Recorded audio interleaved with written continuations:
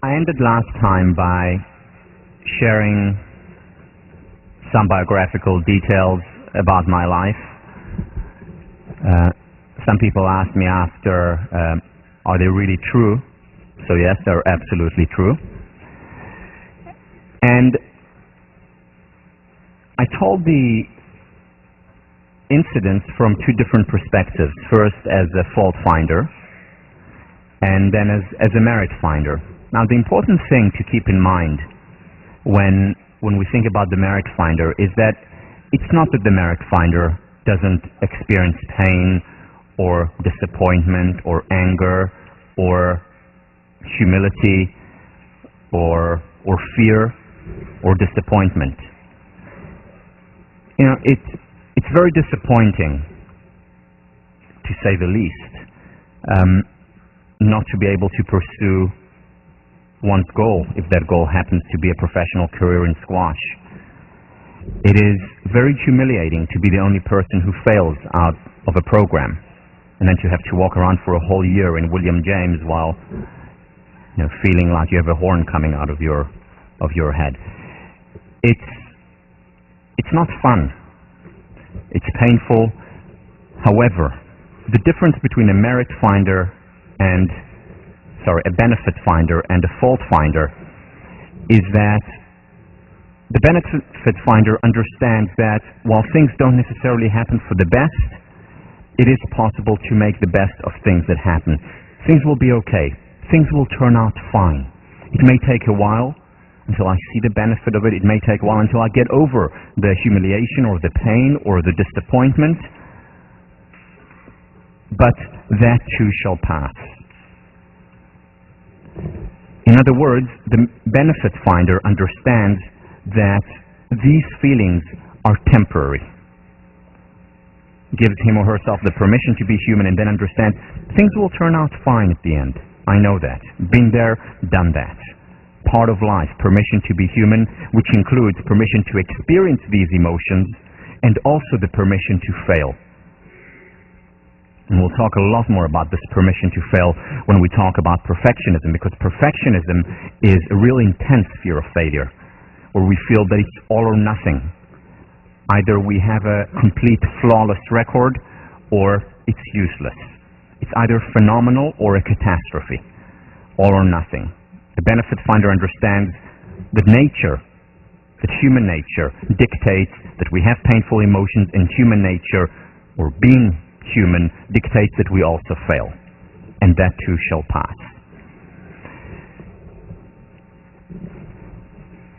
There are many benefits to being a benefit finder.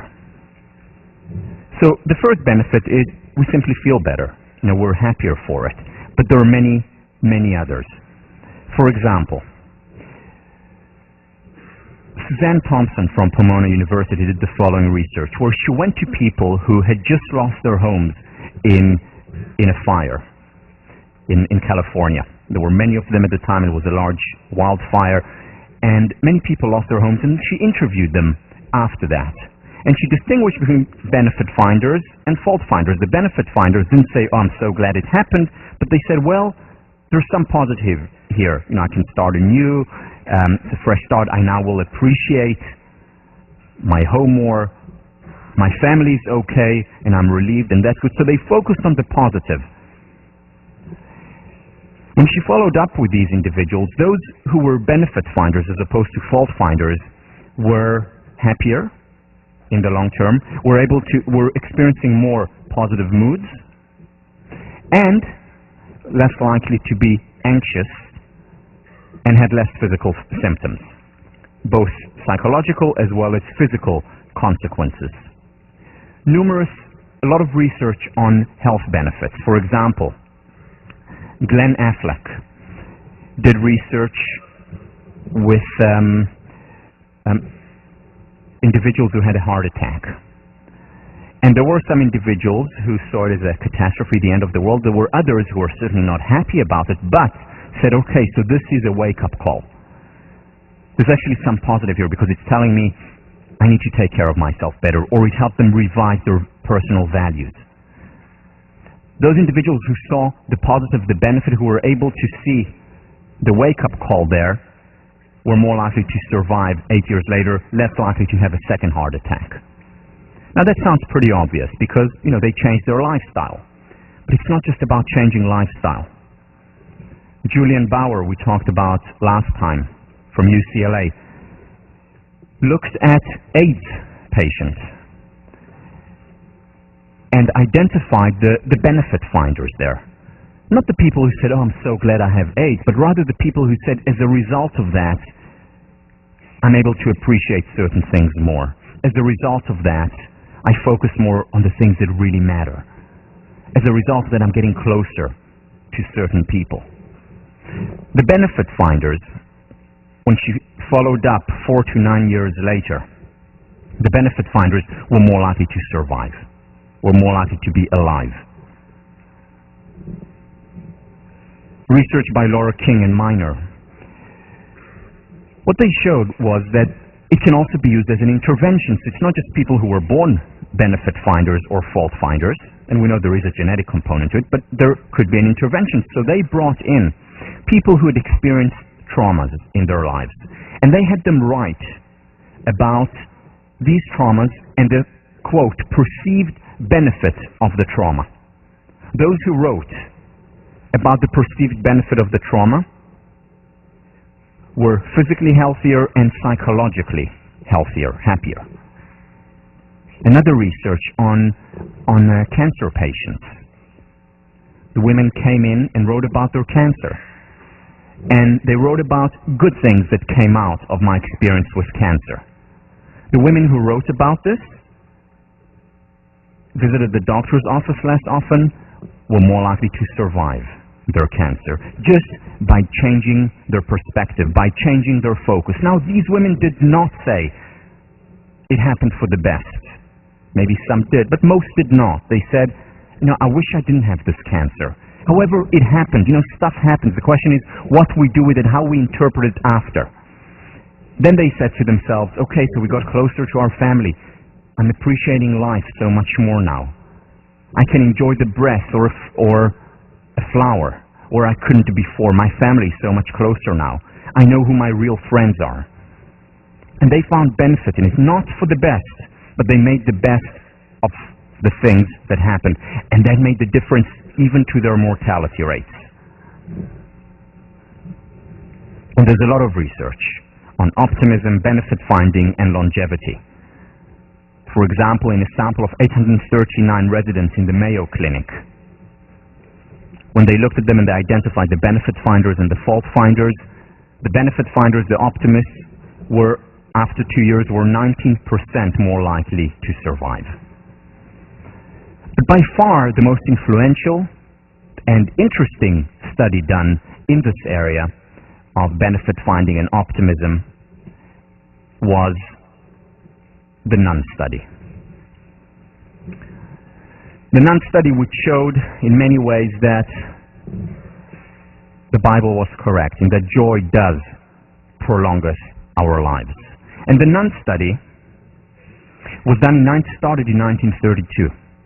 In 1932, 178 nuns who had just completed their training, they were around the age of 22, just about to embark on their mission, were tested on numerous accounts, and one of the things that they did was write biographical sketches of themselves. And we had this data for decades. And psychologists just very recently opened up the data and wanted to look at it and wanted to understand what predicts longevity. Which of the nuns are still alive today? How long did they live? And this was done in 1932 when they were average age of 22. And they looked for predictors of longevity. So they looked at how complex their essays were.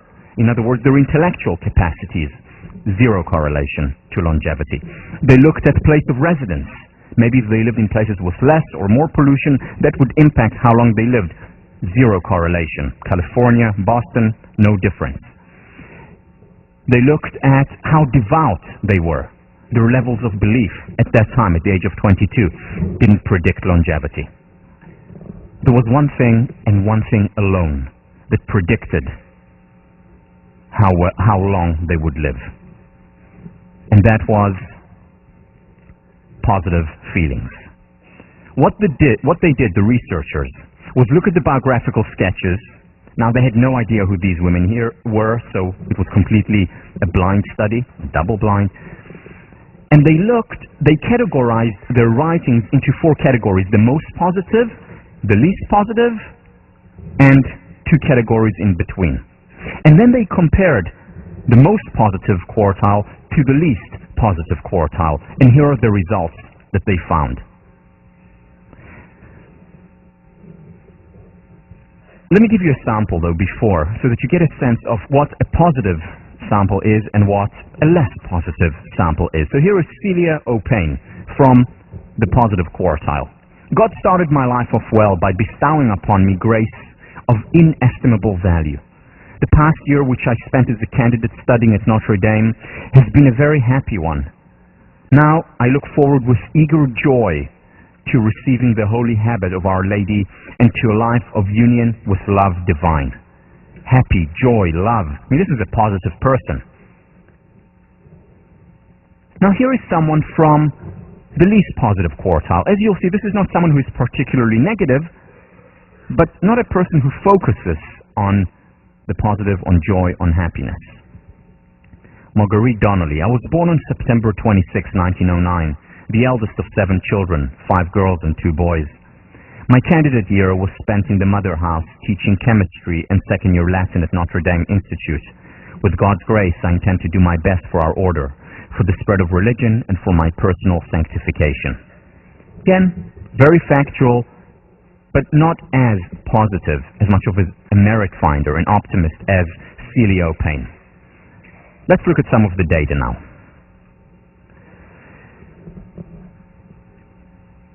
At the age of 85, and again, this is looking back, 90% of the most cheerful quartile were alive, and just 34% of the least cheerful quartile were alive. And this is significant difference.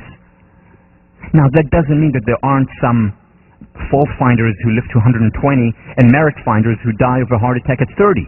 Of course there are. But on average, the best predictor, what accounts for most of the variance in terms of longevity in this study, was positive feelings, positivity in general.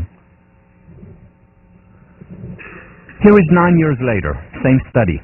The age of 94, 54% of the most cheerful quartile were still alive, whereas just 11% of the least cheerful quartile were alive. These are remarkable results. Again, you have some sketches, you analyze them today not knowing who lived and who died, and just based on the single factor, positivity, you're able to predict with remarkable, significant levels, you're able to predict longevity, who will be alive and who will not be. Now, when I look at this data, and there's a lot more data on longevity, on health, on well-being, I say to myself, wow, so this is fantastic. Benefit finding really works. Being an optimist is good. And I have 2 questions then. Why isn't everyone optimistic? If we become happier, if we become healthier, why not? Why aren't we all optimistic? That's the first question. The second question is, all right, so I want to be more optimistic. How do I become that? So first of all, why aren't more people more optimistic? And second, how do I become more optimistic? I'm going to answer these 2 questions. Let me begin with the first. One of the main reasons why there aren't more people who are optimistic is that optimists are considered detached. And how do we know that? Well, or what leads to this sense of detachment, to the notion that optimists are detached? It's mostly the media. Because what do we see? We mostly see hatred. We mostly see bloodshed. We mostly see unhappiness. We see terrorism. And then when someone says, well, I'm optimistic, I think the world is a good place, that person, what are you, out of your mind? You're a detached Pollyanna. Just look at all the terrible things in the world. How can you be in such a world? How can you be optimistic? How can you be positive? How can you talk about joy and happiness and positive psychology in a world like this? You must be Pollyannish.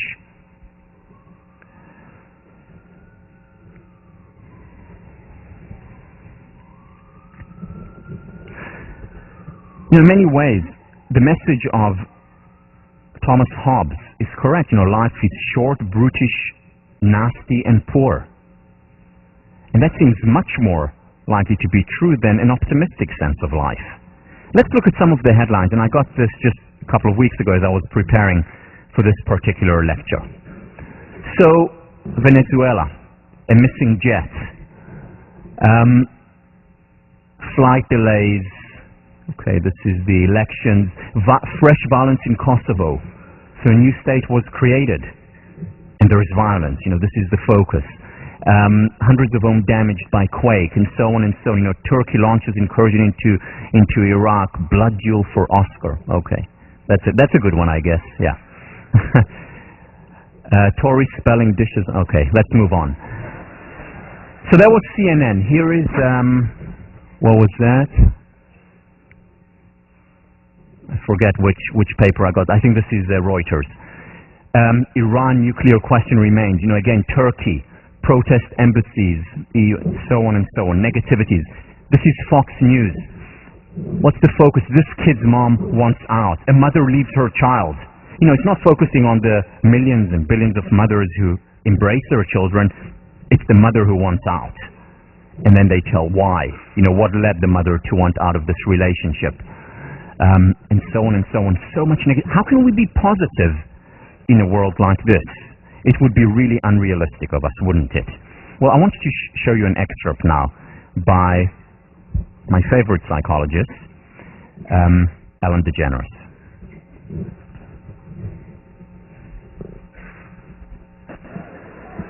Watching the news the other day, brought to you by Paxil. Well, now I need it. Smart advertising. That's another thing. When I was a kid, the news was on once a day. You either caught it or you missed it. Now the news is on 24 hours a day.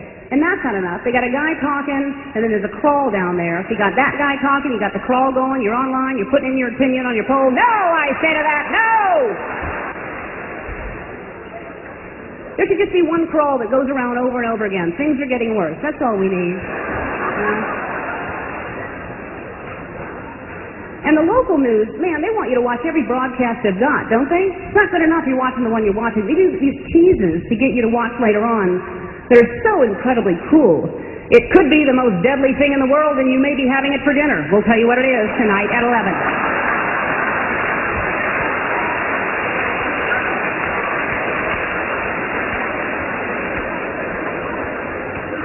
Is it peas?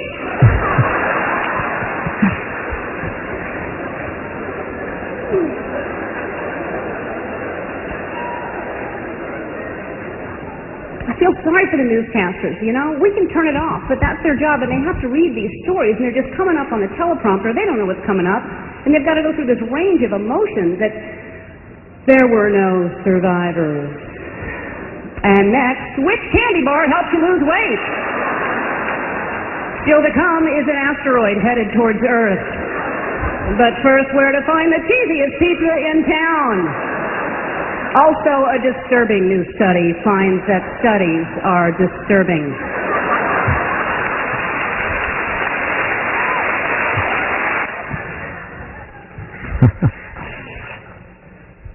She really is one of the most brilliant psychologists I know, and we'll see a lot of her throughout the semester.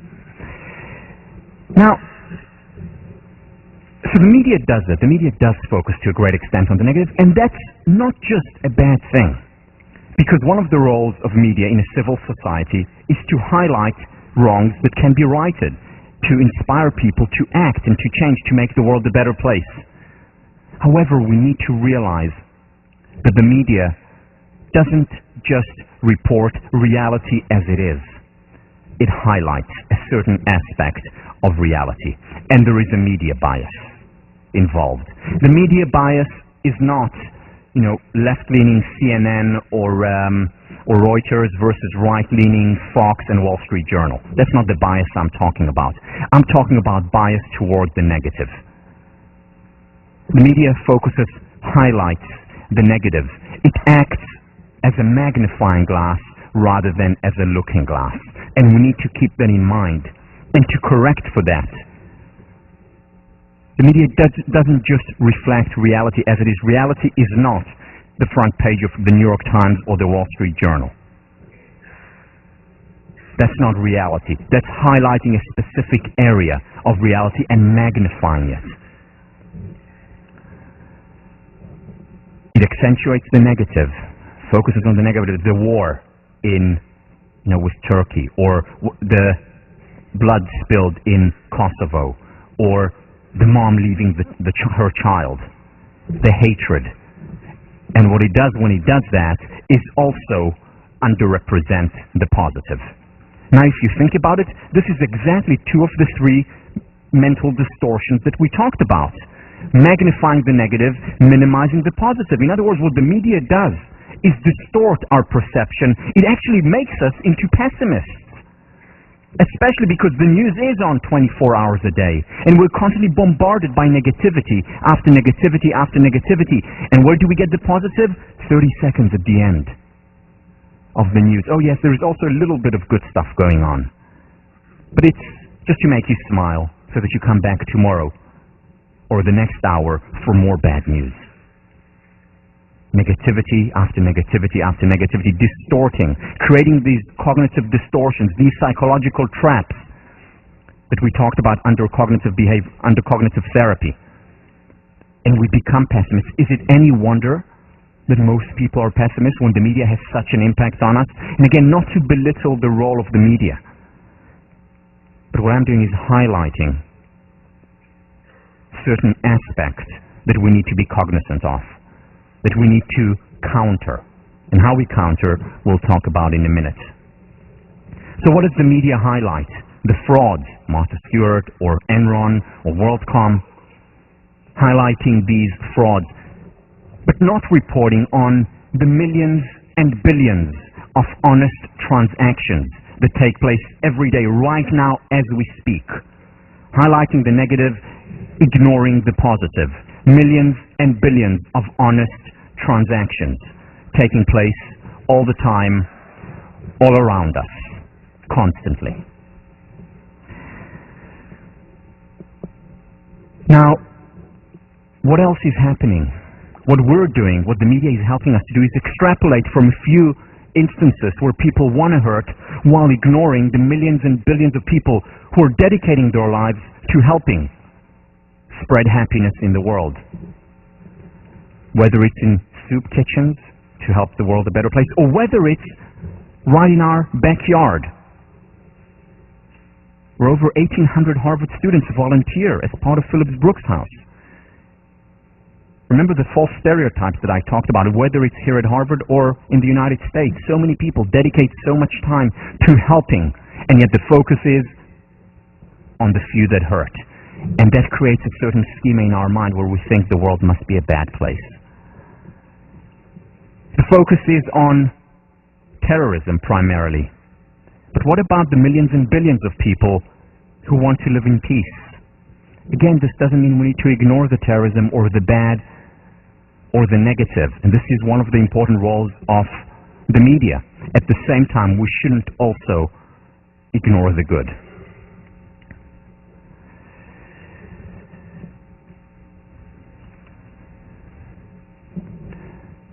The focus in the media is mostly on people hurting other people.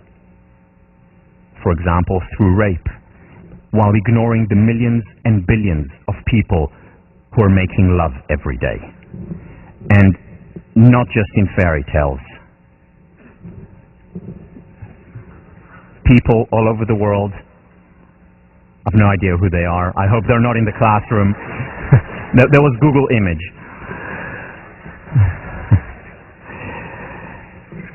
And not just around the world, also right here in Harvard Yard. I don't know if they still have this survey, but the last one I found online was 2004. I don't know what happened since. Now, for those of you who don't believe that there are people also at Harvard right here who make love, here is proof positive, but some do. He's so cute. And the baby is adorable. Okay.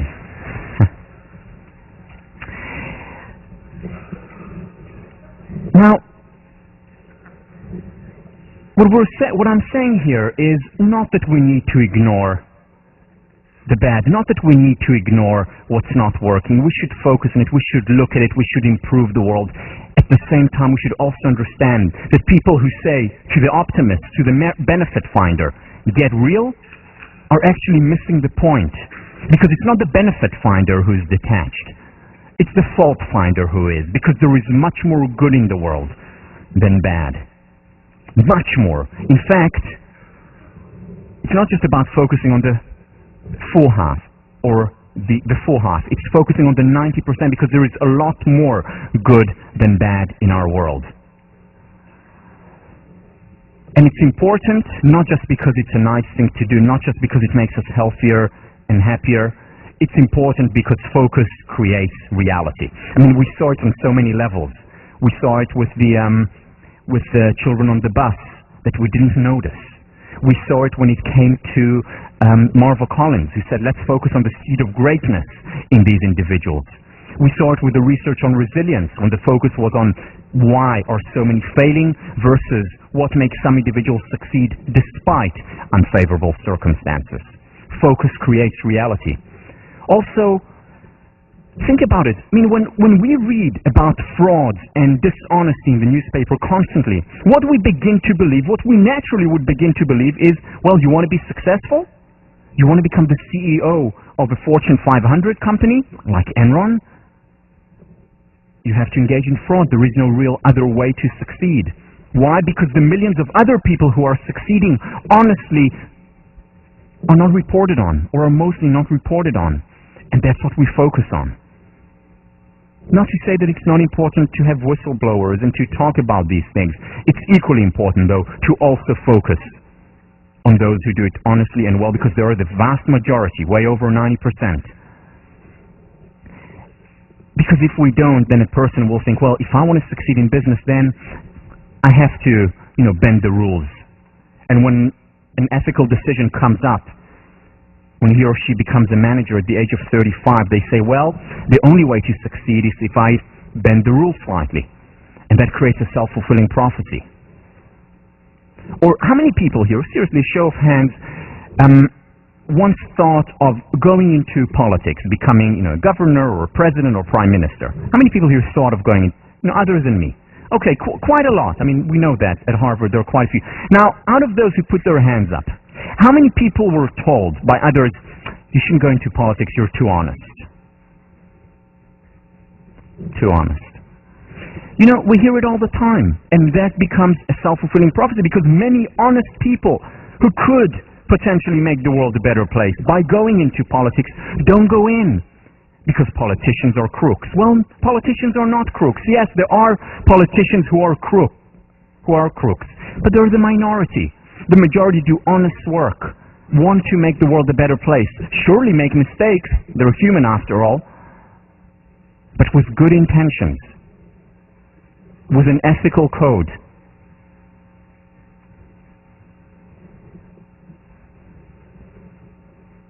It's a wonder that there is so much good in our world, while the focus is so much on the bad. It really is a wonder to me. It just shows how powerful human nature and how powerful the good part of our nature is, that we can sustain goodness.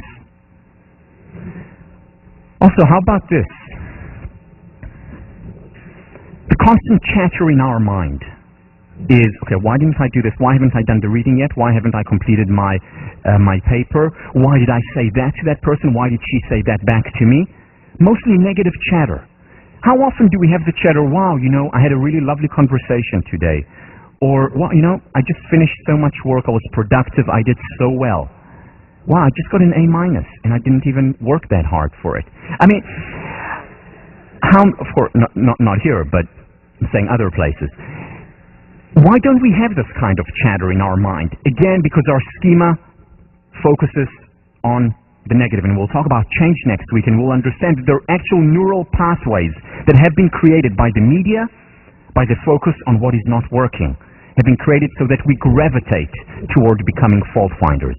How we change that, we'll talk about that in a minute. It's important to focus on the good. You know what they said about Gandhi? That the most important thing that he did for his country was that he made India proud of itself. He made India proud of itself. That is so important to do. What about America? Are you proud of America? Do we, living here, or as Americans, the majority here, do you make America proud of itself? Because, you know, America has faults. It's not a perfect country. It has made mistakes from 1776, and it will continue to make mistakes hopefully for many years to come. But it's still, I would argue, the greatest country in the world. So many people want to come here, want to live here. Why? Because of the freedom, because of the opportunities. Again, not perfect, but a great country. Do we appreciate America? Do we appreciate its greatness? Because if we don't, we can pay a high price. This, you know, it's in vogue now, U.S. bashing. In this country, in this place.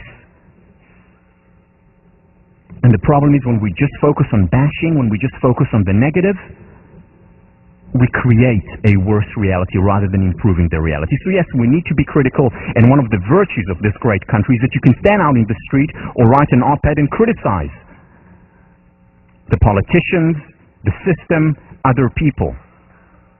It's one of the great contributions of this country, free speech. But at the same time, we also have the freedom, and we should exercise the freedom to focus on what is working, on the good. Because appreciating is important. Whether it's a country, whether it's a relationship, whether it's an individual, whether it's students, whether it's teachers, appreciation is important. The meaning of appreciate from the dictionary. Valuing, the act of recognizing the best in people or the world around us, affirming past and present strengths and potentials, to perceive those things that give life, health, vitality, excellence to living systems. So, the first meaning of appreciate is to say thank you, and that's a nice thing to do. But it's much more than just a nice thing to do, and we've talked about this before. The second meaning of appreciate is to increase in value. The economy appreciates, money in the bank appreciates. And that's an important meaning, because when we appreciate the good appreciates. When we appreciate the good in our lives, when we appreciate the good in other people, when we appreciate the good in our country, we get more of it. Unfortunately, the opposite is also the case. When we don't appreciate something, whether it's ourselves, whether it's our country, whether it's our relationship, the good depreciates. Remember, I talked about it in the past. Is it any wonder that so many relationships flounder, fail, after the honeymoon phase, if the main question becomes what's wrong or how can we improve the relationship? And if we just ask this question, our focus becomes on what is not working, on the weaknesses, and we ignore the virtues, the strengths, the things that worked and are working. And when we don't focus on these things, they depreciate. As far as we're concerned, they don't exist, just like the children on the bus did not exist for you as far as you were concerned. What appreciating does is, in essence, create a growth spiral. Let me explain. Let me just give you a random example. Let's say Monday morning or Tuesday morning you're walking toward 1504 and suddenly you see a friend of yours. A friend of yours who you know is genuine, is real, someone you trust. And your friend looks at you and says, "Wow, you look fantastic." Now, how do you feel at that point? You feel fantastic. And, you know, you walk a little bit more upright, more proud, and you walk into the classroom just here, and another friend sees you and says, "Whoa, you look fantastic." And how do you feel at this point? Well, fantasticer. And then you come and you sit down here, and another friend whom you haven't seen for a month sees you, "Whoa, you look fantastic." And how do you feel at this point? Fantasticus. And so on and so on and so on. Made your day in an upward spiral. Now think about a slightly different scenario. You walk to 1504 on a Thursday morning, and suddenly a friend of yours whom you trust and value sees you and says, oh my God, what's wrong? Now, there may have been nothing wrong before, there's a lot wrong now. And then you walk in the door and someone else is in, oh my Lord. And how do you feel? Well, you feel even worse. And you sit down and you see someone else who looks at you just completely shocked, and you're feeling worser and worsest, and so on and so on and so on, in a downward spiral. Appreciation creates an upward spiral, and we know it's sometimes one sentence, one word at the beginning of the day, and you have a wonderful day or week. There's research showing how a single sentence very often can impact an entire life. This is work done by Bandura. A single sentence of appreciation can give us strength to go on. Now, the key here is that it has to be genuine appreciation. One of the things we'll talk about when we discuss self-esteem is how destructive and harmful ingenuine appreciation is. And now I'm not talking about, your boyfriend or girlfriend asks you, so how do I look, having just come back from a date and worn something the whole night. You're not going to tell them, well, actually awful. So, okay, we're not talking about these gray areas, but it has to be real. It has to be connected to reality, and we'll talk about that much more when we talk about self-esteem. The key, though, is that we need to understand that there is always something real to appreciate. Think about the studies with the cancer patients or AIDS patients. Even they were able to find something good in a very difficult, tragic situation. And when they appreciate the good, when they find the benefit in that situation, the good appreciates. It grows. Oprah, a real benefit finder. What you focus on expands. And when you focus on the goodness in your life, to create more of it. Opportunities, relationships, even money flowed my way when I learned to be grateful no matter what happened in my life. Because what we focus on appreciates.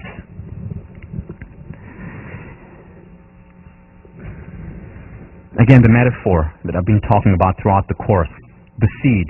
What happens to a seed if we don't water it, if we don't shed light on it? What happens to that seed is that it withers and dies, and that unfortunately is the fate of most human potential, most relationship potential, most countries. And if we wanted to grow, if we wanted to blossom, we have to shed light on it, we have to water it. This is exactly what Marva Collins did with the seed of greatness that existed in every one of her students. This is what the Pygmalion in the classroom experiment showed, was that when teachers were made to focus on the potential in those individuals who were deemed fast spurters, when they were made to focus on it, to shed light on, when light was shed on their potential, that's when the children grew. That's when they fulfilled much more of their potential.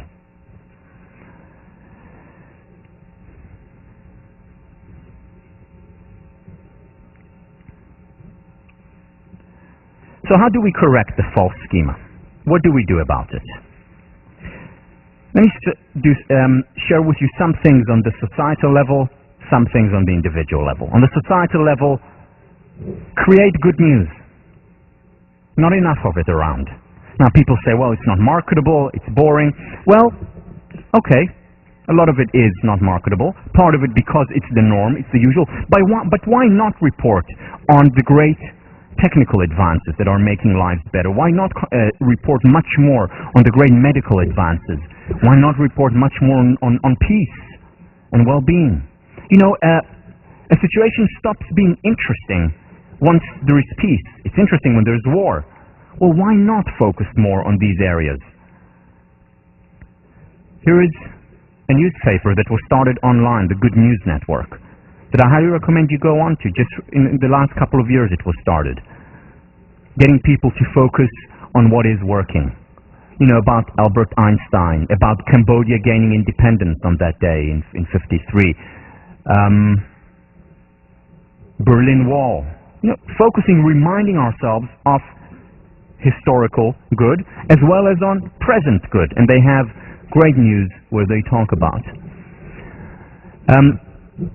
Gimundo, another, I don't even know what that means, but another online newspaper that focuses on things that work. Why not start the day with that as well, in addition to opening the Wall Street Journal and the New York Times? Looking at that as well, just to counter the negative schema. Art, so important in creating a better world, in changing our internal schema. I mean, look at the light in Vermeer's Renaissance artist in his picture. A light during a time where there was not much light. I mean, consider the Dark Ages, the Middle Ages. But the artists focused on what is working, on the light, on the human potential, and paved the way to the Renaissance. It all started with art. Or the 17th, 18th and 19th century romantics. Beethoven or Victor Hugo, they encountered a harsh reality, but they focused also on the heroic, on the great, on the human potential. Aristotle once said that fiction is more important than history, because history depicts life as it is, whereas fiction depicts life as it can and ought to be. As it can and ought to be. The human potential, and that paved the way to much higher levels of freedom and equality in the world. Or 1930s America, in many ways the heyday of Hollywood, where directors like Cukor, Capra, Sturgis created masterworks during a time when there was a Great Depression, and people used to go to the cinema and watch these films to inspire them and help them get through the difficult time. It was also between the two, the Great War and the Second World War. Difficult time in the world. World recovering and then plunging into another war. And yet the artists continued to inspire. Not ignoring what is not working. Not ignoring, but improving. That, by the way, is my favorite movie, Sullivan's Travels. Modern art as well. Wouldn't it be lovely if we go into a gallery and we feel inspired by the art, whether it's by photography, whether it's by sculpting, whether it's by movies or books?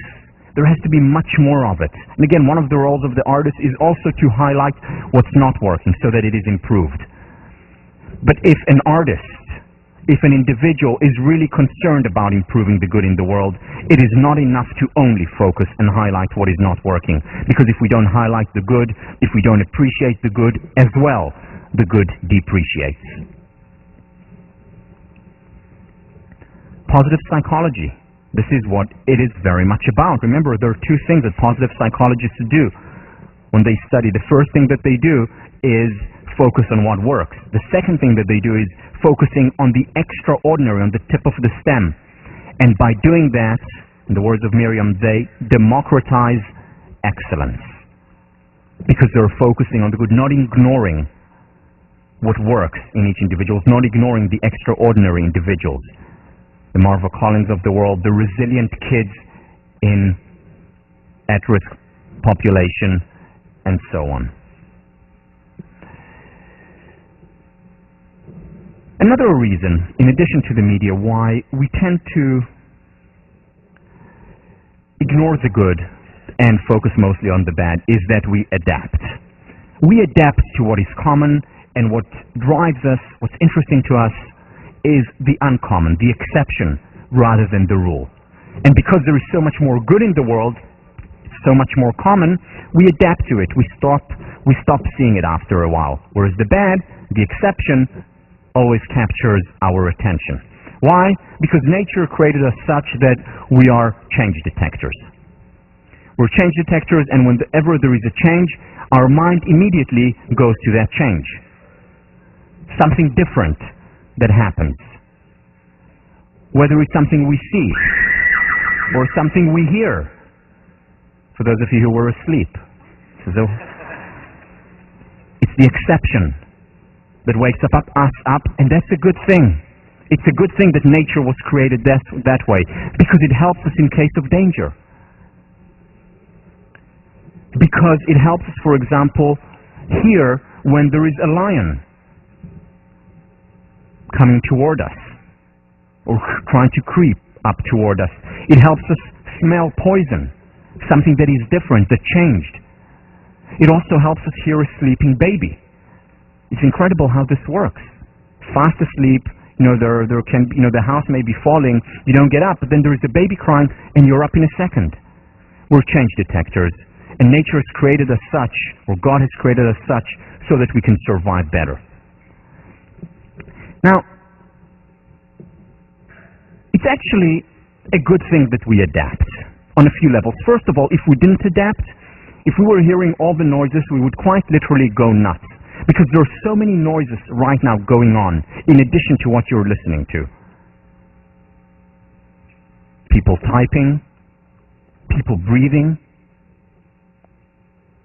once in a while car from the outside, and would go crazy if we were always attuned to everything that was going on. So it's good that we adapt. That's why people can live literally on a highway and still fall asleep at night. Because after a month or so, they stop hearing the cars there. It's like we have relatives out in Concord who live quite literally on top of the train.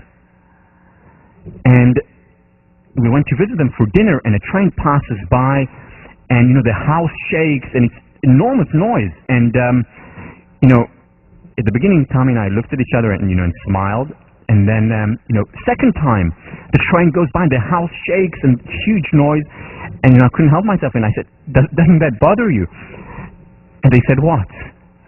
Did you know what I was talking? I said, "The train just passed." And they said, "Oh, we don't notice it anymore." Why? Because it passes every half hour or every 20 minutes. They don't notice it. So it's a good thing that we can adapt. Also in terms of difficulties. Personally, the most difficult experience that I endured was on the 19th of September, 19th of December, 1997.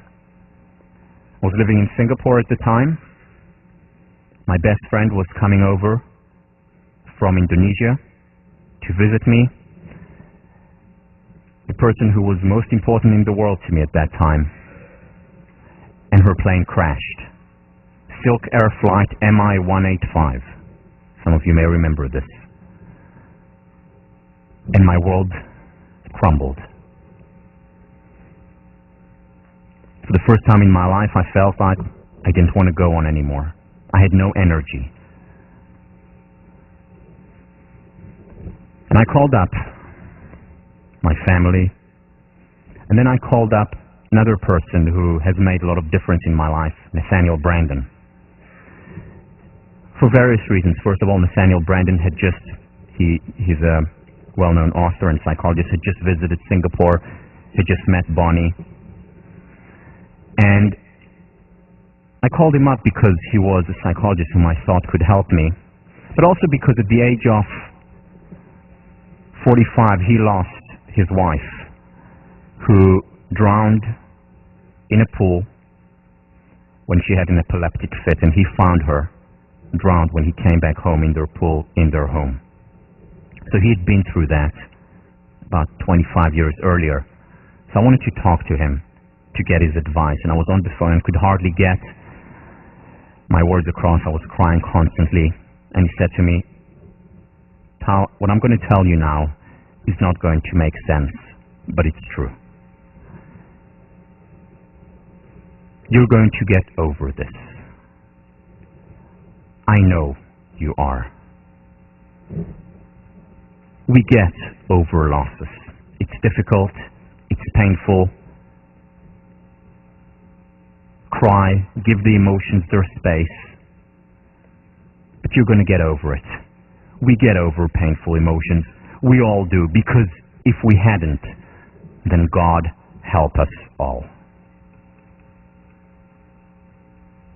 Because if we hadn't, then God help us all." And it took a long time.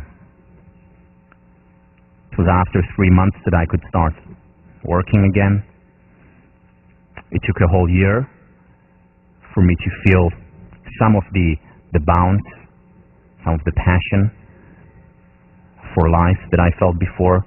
But now I think about Bonnie, and I smile wistfully, sadly, but I can also appreciate the good times that we had together and the privilege that I had of meeting her. We adapt, and that's a good thing. That's an important thing, because God help us all if we hadn't. There is another side, though, to that equation. There is another side. When we adapt, we also take things for granted. And that's not a good thing. Because we take for granted our family that we care about so much. And we take for granted our friends. And we take for granted the food that we're about to have in the dining hall that's served to us. What a luxury. And we take for granted the person who's sitting next to us. And we take for granted the classes that we take here. Because we adapt. And it's a good thing when it comes to the negative. It's not such a good thing when we take life for granted. And the question that we need to ask is it possible to have it all? Is it possible to adapt to the negatives, but at the same time not to adapt as much to the positives? Now, there's a story in the Jewish tradition about a man who was living in one of the shtetls, one of the villages in Eastern Europe, and he really had it bad. I mean, he was living in a tiny home with many kids and with a wife who was constantly nagging him. They were constantly fighting, and they're really terrible. And that man wanted to improve his lot, so he went to the rabbi and recounted to him how terrible his life is. He said, look, we're living in a small home, the kids are all over, no privacy whatsoever, my wife nags constantly, Rabbi, help. So the rabbi said, in your yard, do you have chicken? So he said, yes, we have chicken. For the next week, bring the chicken into your home. But Rabbi, what are you talking about? We have no place. Bring the chicken into your home. The person was a devout man, believed in his rabbi, brought the chicken for the whole week in the home. Feathers, dirt, stinks, you name it. The kids continue to fight even more. The wife nags even more. What are you doing to us here? Our house is small as it is. The rabbi said, and they continue to fight and bicker, and the week finally ends, and he runs to the rabbi and said, Rabbi, help. And the rabbi says, how are things going? He said, well, worse. No place at home, we're fighting, it stinks, it's terrible.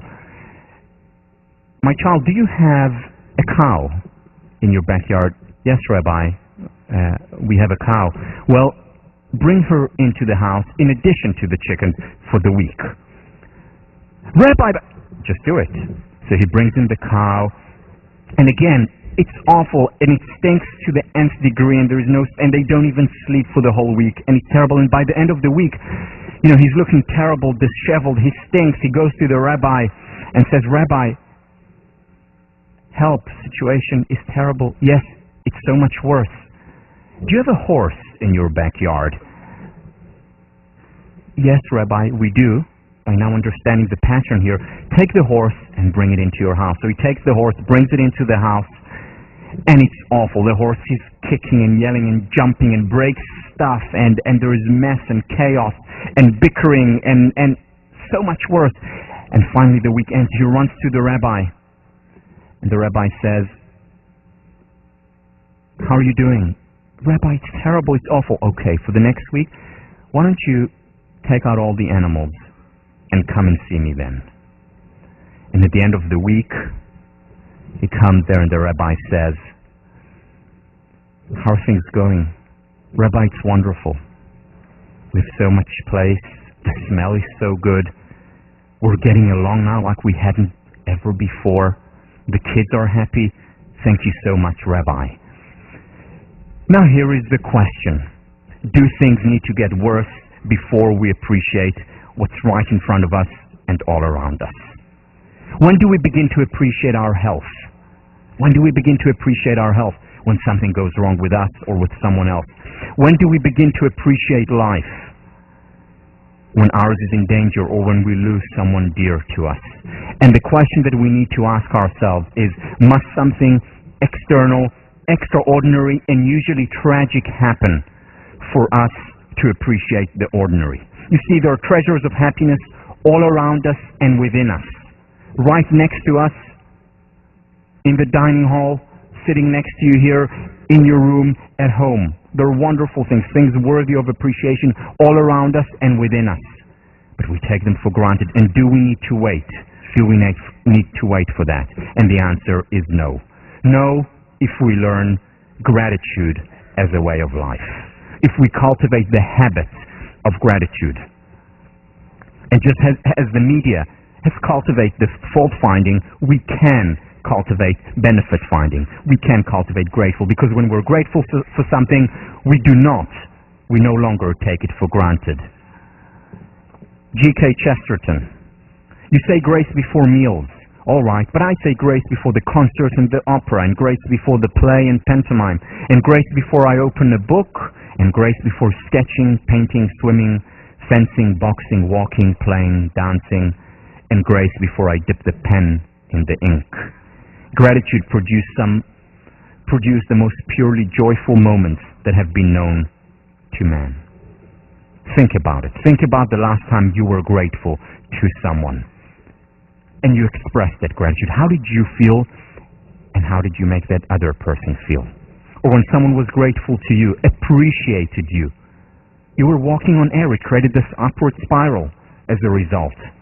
When it's genuine, when it's real. We don't do enough of it. We don't do enough appreciation. We don't express gratitude enough.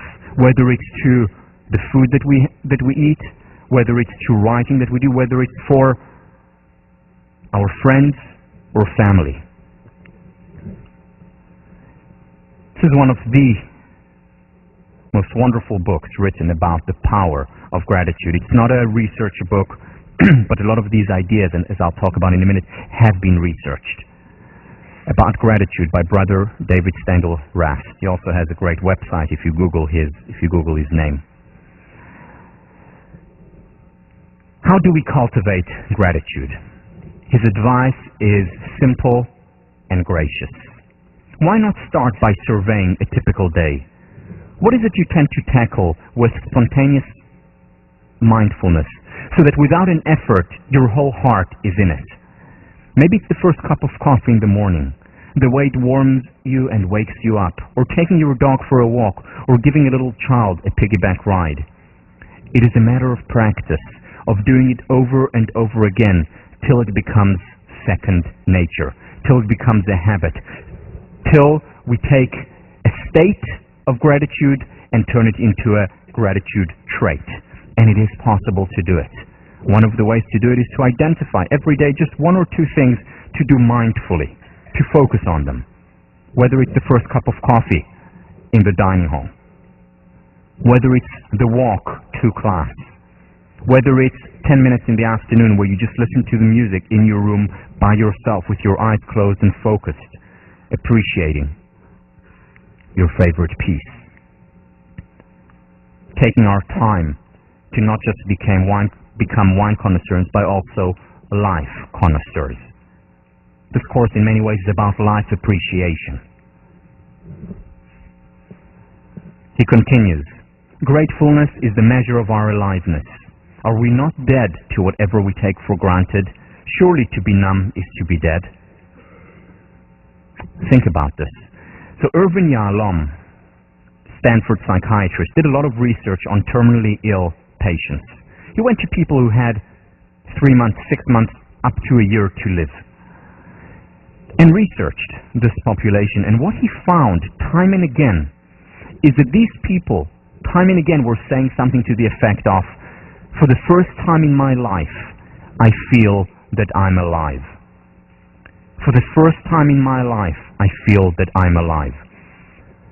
Why? Because for the first time, I appreciate breathing. For the first time in many years, I appreciate my husband, my wife, my friend, my children, a flower, the grass, a conversation. For the first time of my life, I appreciate it. Whereas before, the focus was just not there. It was on other things, on the difficulties and the hardships, and mostly on the negative.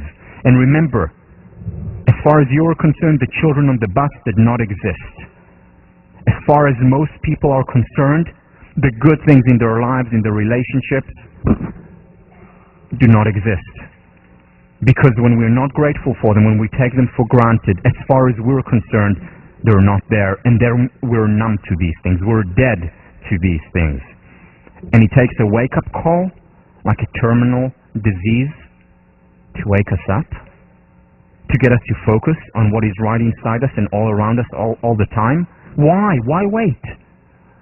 Why wait?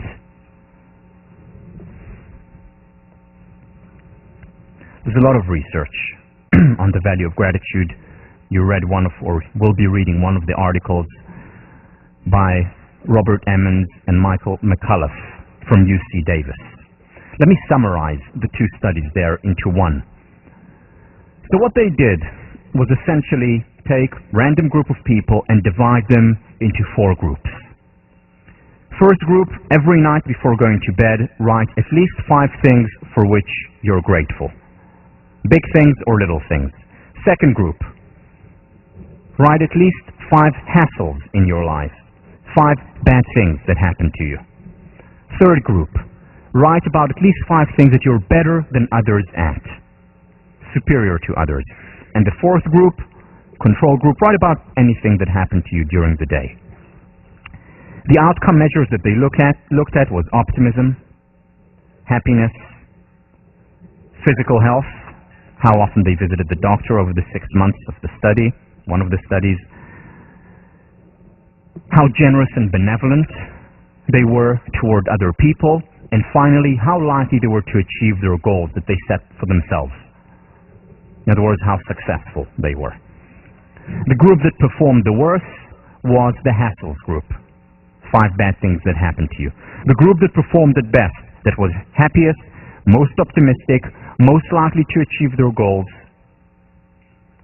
most generous and benevolent toward other people, and healthiest, was the group that every night before going to bed wrote at least 5 things for which they were grateful, both psychological and health benefits. The study was in many ways the beginning, one of the first studies that they conducted. A book just came out recently called Thanks by Robert Emmons, which is wonderful and traces through a lot more studies and research and exercises that you can do to become more grateful, to have gratitude as a way of life. Physiological benefits such as our heart variability, which is a predictor of longevity, which is a predictor of health, is increased. The parasympathetic system increases when we're grateful, and that induces calm, and that strengthens our immune system. There are also many benefits to trait gratefulness. It's not just a state of being. It's also about a trait. How do we cultivate that? How do we cultivate that? By doing it over and over again. I do this every night. I've been doing it since the 19th of September, 1999. Since the 19th of September, 1999, I've been doing it. I've been doing it long before the 2002 study. I started doing it when Oprah told me to do it. Really. And I've been doing it ever since. Let me share with you what I wrote about last night. Was it 26th last night? Yeah. Okay. So, God, family, Tamush, my love, my wife, yoga, I did yoga, David, so wonderful, Shirelle, precious, my 2 children, office hours, I had office hours yesterday that I enjoyed a lot. Beep, sorry. Another beep, sorry. Some censorship in this class is important. It took you a while, but okay. Beep. No, just kidding about this one. And Tommy's soup. She made this unbelievable pea soup, which I had yesterday. You know, big things and little things. Big things and little things. And here are other things that I'm grateful for right now. I'm grateful for Sean Acor, the head TF of the class. I'm grateful for his work, for his inspiration. I'm grateful to Deb, the head TF of the other class. I'm grateful to the teaching fellows who are investing so much time in your education, in your happiness, in this course.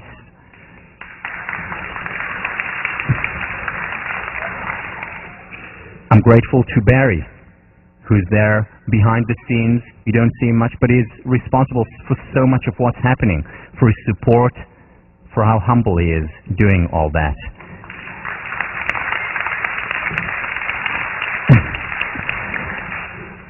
And I'm grateful for my students, because there wouldn't be a class. I wouldn't be here today doing what I love to do and what I care about most if you weren't here. So thank you. I'm grateful. Now, the key with this is to do it as a way of, yes, is it cheesy? Absolutely. Does it make a difference? Absolutely. You know, every night I also do it with my kid, with David.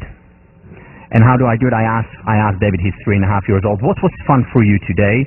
And he tells me, and then he asks me, what was fun for you today? I learned about it from a friend of mine, who hand worker, who was here just a couple of classes ago visiting, and I came over for dinner one day, and he heard me speak about this, and he said, I want to show you something. And he has 2 young kids, and they were standing around and talking about the 5 grateful things for which they're grateful. These were young kids, you know, Daniel and Maya, and I looked at it and I started to cry. It was so moving and so touching, and I've been doing it ever since with my kids. My wife and I do it on a regular basis. She puts up with my cheesiness. It helps, it works, because we don't take the good things in our lives for granted. The key when we do this is to maintain freshness. How do we maintain freshness? One of the things that happens with this exercise is that it very often becomes a habit, and we lose it. We lose the freshness of it, we lose the mindfulness of it, and we just take it for granted as an exercise. And the key is, one of the things that Lyubomirsky says is, well, try do it once a week, and for some people, once a week is actually better than doing it every day. However, there's also a price. It's much less likely to become a trait if we only do it once a week. So how do we maintain freshness doing it every single day? How do I maintain freshness? Well, fortunately, there's a lot of research on this topic, some of it by Lyubomirsky as well as by others. The first thing is introduce variety. So let's say I write about Shirel, and there are some things that I write about every day. It's Shirel, my daughter, it's David, my son, it's Tommy, my wife, and it's God. I write about these things every single day, and then I write about other things as well. I can write about different aspects of these things. So one day I can write about Shirel's smile, you know, her beautiful 1-year-old toothless smile. And another day I can write about the fact that she's taking her first steps now. So vary. Or one day I can write about one week I can focus about my work, another week can be mostly focused about personal things. And so on. Variety really is the spice of life. Makes a difference here.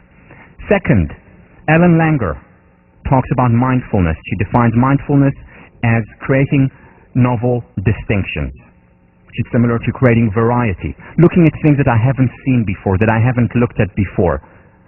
This is also a way to maintain love. You know, people talk about how, well, over time you adapt to your relationships. Well, there's something new to discover about a person every time, whether it's about my parents, whether it's about my lover, whether it's about my friends. Creating novel distinctions, looking at it mindfully, focusing on it, and maintaining freshness through this focus. Visualizing it. Stephen Coslin from William James Hall, head of our department, did research showing that kids actually visualize most words. So when let's say they say mother, immediately the picture of mother comes up. Whereas very often for us, when we talk, these words are automatic. We no longer visualize it, which is why it takes kids longer to think, because they're still visualizing the words. It's not automatic anymore, which also explains why kids live like kids, why they're able to appreciate the simplest of things, to be mesmerized and blown away by an airplane up there, or when they talk about what they did at daycare. They live like children. And what we have become over the years, we adapted to it, and we've become numb to a lot of these things. So one of the ways to chip away this numbness, one of the ways to do it is to visualize. And when we visualize, we start to see things once again like kids do.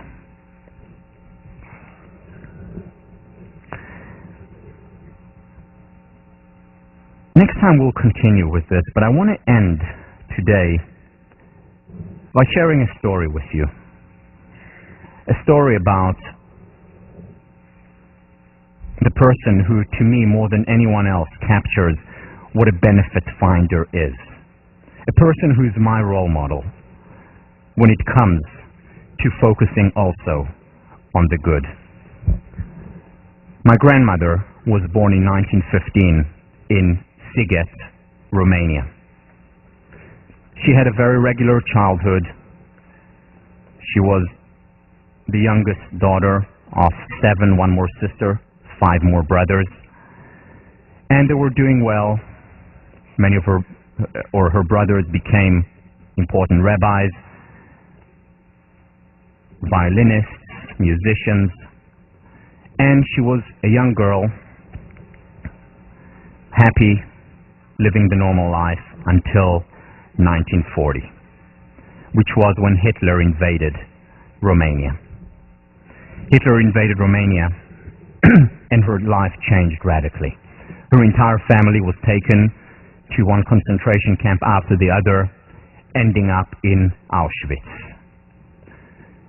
In Auschwitz, she had over a dozen nieces and nephews were all murdered. Her 5 brothers and parents were murdered in front of her very eyes. At the end of the war, somehow she and her sister survived. The British came to Auschwitz to liberate the prisoners. And when they came in with a doctor, and the doctor would go through the prisoners. Most of them were, of course, dead. Those who were alive, he would say, take that person, leave that person here, because they had limited resources, limited places. Those prisoners whom they thought would not survive, they left them there. And he comes to my grandmother, who weighed at the time 26 kilos, which is 54 pounds. My grandmother was a large woman, 54 pounds, and said, leave. And then he saw her sister, who was right next to her, who weighed 36 kilos, 79 pounds, and he said, he made this motion to put her on the truck. And of course she was too weak to get up, so the British soldiers picked up my grandmother's sister. His name was Shindy. They picked Shindy up, and Shindy held on to her sister, and she wouldn't let go. And they tried to open her grip, and even though she was weak and sick, they couldn't open her grip. So the doctor said, fine, take them both. So they took them both, and they put them on the truck, and they were, of course, certain that my grandmother would die. A month passed, and she survived, though she didn't put on a single gram. Any day they thought she would die, but she refused to die. After 3 months, she started putting on weight. She survived. 6 months later, she went back to Siget to see what remained from her home. She arrived there, got off the cart with the horse, and a man by the name of Joseph, Yossi, saw her. And he saw a woman who was stooped, who was skinny, who still had no hair, but he recognized those eyes, because those eyes were proud, and those eyes were alive, and he recognized Goldie. And he took her with him, and 2 weeks later they got married. And Goldie got better, and got pregnant, and gave birth to a stillborn. And she got pregnant again, and once again gave birth to a stillborn. They made their way to Tel Aviv from Romania, and they were caught by the British. There was a British mandate at that time. They were caught by the British and sent back to a concentration camp in Cyprus. And there, in the concentration camp, my grandmother in Cyprus had another baby, a baby girl, who survived.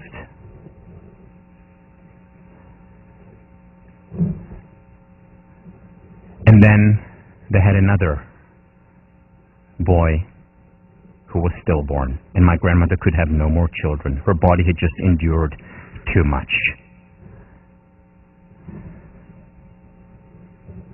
My grandmother survived and thrived, as did Shindi. Shindi could have no children, but my mother was her child too, and I was her grandchild as well. And I remember this was in October of 1988. Shindi had passed away a few years earlier, and we went to the cemetery on the day that she passed away to say some prayers over her tombstone. And I went with my grandmother, and we walked there, and my grandmother stood in front of the tombstone, and on the tombstone were engraved not just Shindi's name, but the name of all the brothers and her parents. And she looked at the tombstone and started to talk to Shindi and said to her, "We're so fortunate, aren't we? We're so lucky, aren't we? Look, Talik is here." She called me Talik. And then she told her what I was doing, and she told her what my brother and sister were doing, their grandchildren, and about my mother and father and how wonderful things were. And she was talking about the wonderful things, and she was crying once in a while, missing Shindi. She was so human, just standing there and talking half in Yiddish, half in Hebrew, once in a while talking to me and to her sister who saved her life. And then she said to me, "Let's go." And we walked together, thousands of tombs around us. We walked along the path toward the car. It was a beautiful October day. The sun was out, the wind was blowing. The trees were swaying, and she suddenly stopped. She stopped and looked up, and she stood so proud, so poised, and she held my hand so tight, looking up and then looking at me. She said, "Tal, it's such a beautiful world. Just a pity we have to leave." And she smiled, and we walked. My grandmother saw thousands of corpses. She saw her family murdered in front of her very eyes. She had 3 stillborn children. She did not ignore the terrible things in life. How could she? However, at the same time, she also refused to ignore the good things in life, the wonderful things in life. And she was grateful, and she survived. My grandmother told me that this is a beautiful world. I believe her. Thank you.